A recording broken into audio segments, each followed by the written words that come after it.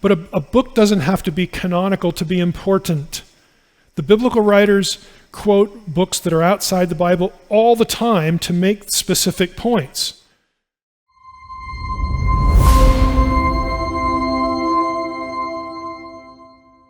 Have you ever wondered why, when you read Genesis 6, let's just go look at it. You go Genesis 6. Keep going back. Let's close that. You get the weird sons of God, Nephilim stuff. The Nephilim were on the earth in those days, verse 4. And also afterward, when the sons of God came into the daughters of men, they bore children to them. These were the mighty men who were of old, the men of renown. Look at the next verse.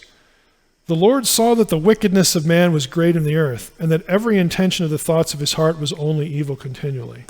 How in the world do you go from a transgression of supernatural beings, they're the villains, to all of a sudden in verse 5, humanity is hopelessly corrupt? It really looks like, I used to wonder this a lot, like, what do the first 4 verses have to do with verse 5?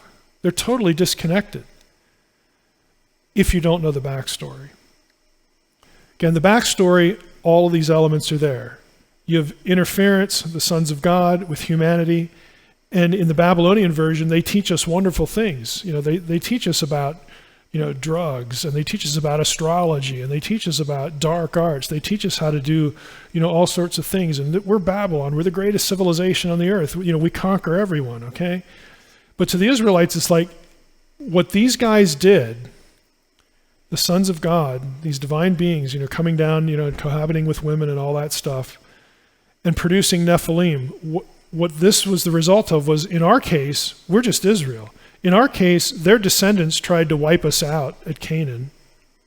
So they were lethal threats. And what they taught people corrupted humanity. It led to the proliferation of depravity.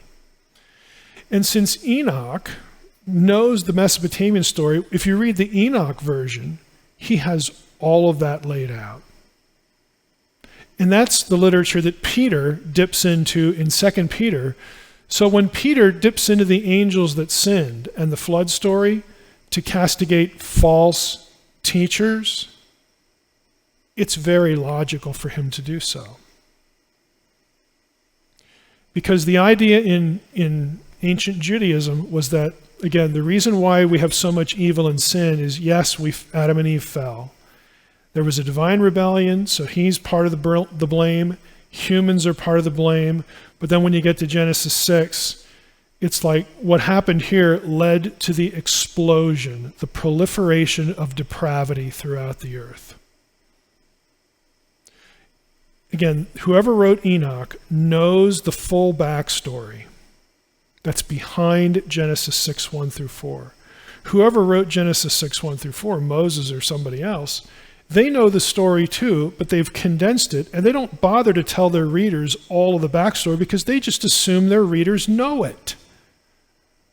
They just assume that.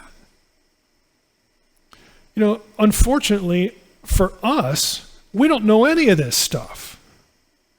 We don't know about the Apkallu story.